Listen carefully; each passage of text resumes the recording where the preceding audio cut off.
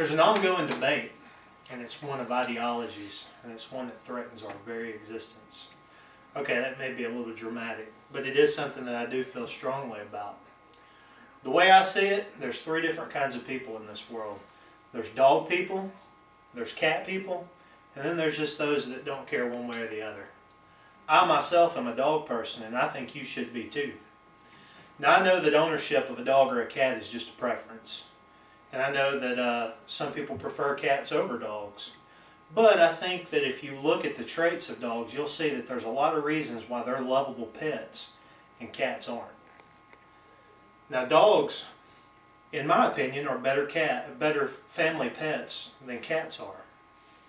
Now I know that's going to be real difficult for a lot of you to come to terms with, but give me a chance and I'll try to explain to you my reasons behind this. Now bear in mind that when I talk about dogs and cats, I'm not referring to animals that have been mistreated or animals that have been trained to be violent. I'm basically talking about the characteristics of these animals that make them good pets, and not somebody's outlet for their aggression, or not violent tools that somebody's created. So I hope we can all agree that that kind of mistreatment in animals is at the least very disgusting. So let's take a look at the differences in attitudes between dogs and cats. My cat's affectionate. My cat loves me, and I can tell it. I've heard these things before.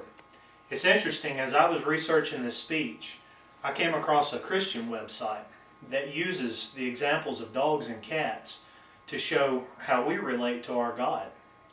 Now, one of the basic questions on this website is do we act as cats and use our masters for getting what we want? The theory here is the dog and cat theory, and I think it's very interesting that the cat here is used as a reference to self-centeredness and self-servingness. That's just kind of funny to me. There's a book called The Domestic Cat, and the domestic cat describes the basic attitudes of a cat, and it describes their traits.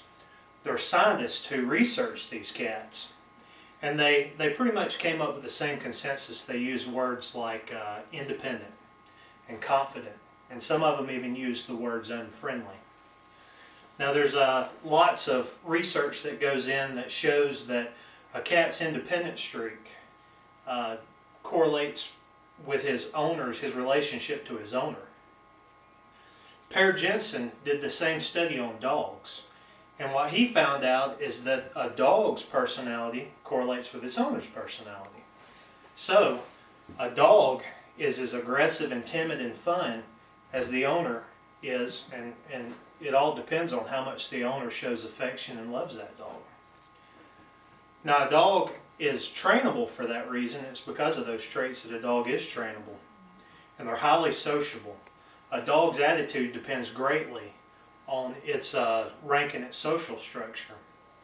Cats, on the other hand, are very solitary and they're independent, and that's a big reason for me that dogs' attitudes are a lot better than a cat's, because a dog is something that loves you and wants to be sociable with you.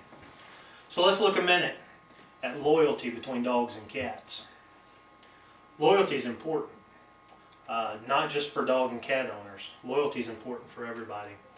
Loyalty is a return on the affection and the time and the money that you spend on a pet. James Serple points out in his research that dogs are ideally suited for human companionship. They develop strong bonds with humans that make them strive for human affection and attention. Dogs just have this strong need. In his research, he shows that 1,144 women, single women, and elderly people were surveyed.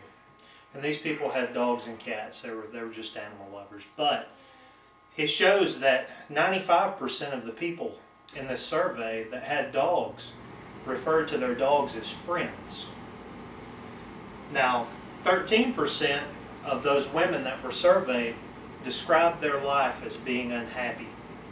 And that was because they didn't have a strong attachment to their pet. And that correlates with the 6% that found themselves unhappy that had a strong attachment to their pet. So you can see that that number doubles as a person maintains that strong attachment to a pet, they increase their happiness. Norma Jordan points out in her study that a cat's mind is kind of like a dual system. A cat switches to its natural state once it leaves the company of humans. So when it goes outside, it completely switches over to a completely different mind state. It goes into its natural state. Cats are shown to not be desirable of human contact if they go outside and exercise or if they're exploring. Now, those things may not seem to be traits that describe loyalty to some people, but I think that it actually shows that a cat is more susceptible to turning its back on you. So that's another one of my reasons for liking dogs.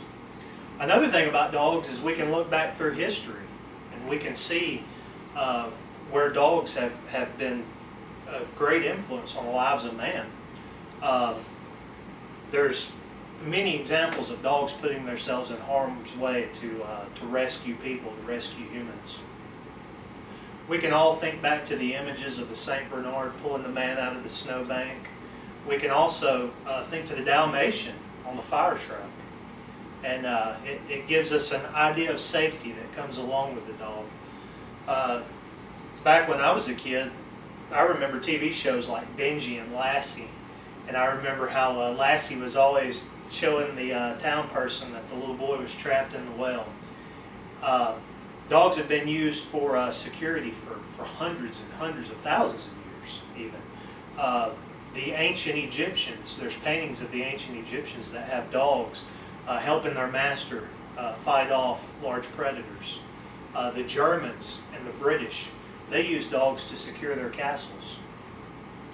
I can't really find any research anywhere where it shows that cats were used as defensive animals or even for security. Now, we can all think back too to like bomb sniffing dogs and corpse finding dogs. There's many traits within dogs that help them to be very helpful animals to us in many different ways, and that's another reason that I prefer cats over dogs. So in conclusion, I'll have to say that cats and dogs, the difference there is a preference. Now you may prefer cats, and that's okay. I have kids, and eventually I'll get them a dog. Martin Luther King Jr. once said that a dog is the most faithful of God's animals, and he would be much more esteemed if he weren't so common. He also goes on to say that our Lord God creates, or his greatest gifts are the most common. Charles de Gaulle once said, "The better that I know man, the more I find myself loving dogs." Dogs display loyalty and they display servitude. And that loyalty and that servitude is a good example to all of us. I've heard it said many times, and I believe that it's true, that a dog is truly man's best friend.